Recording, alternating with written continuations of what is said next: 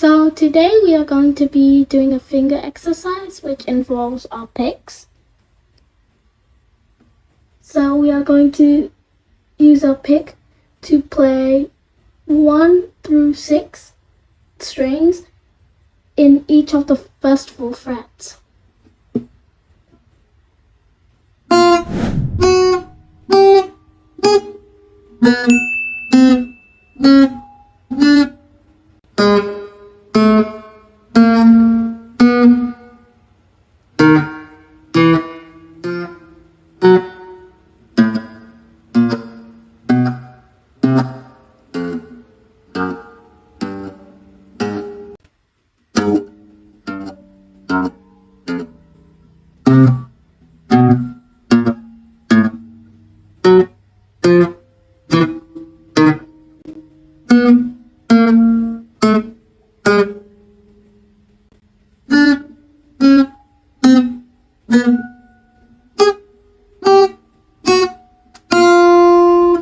So you can use the metronome and start from 40 BPM or above.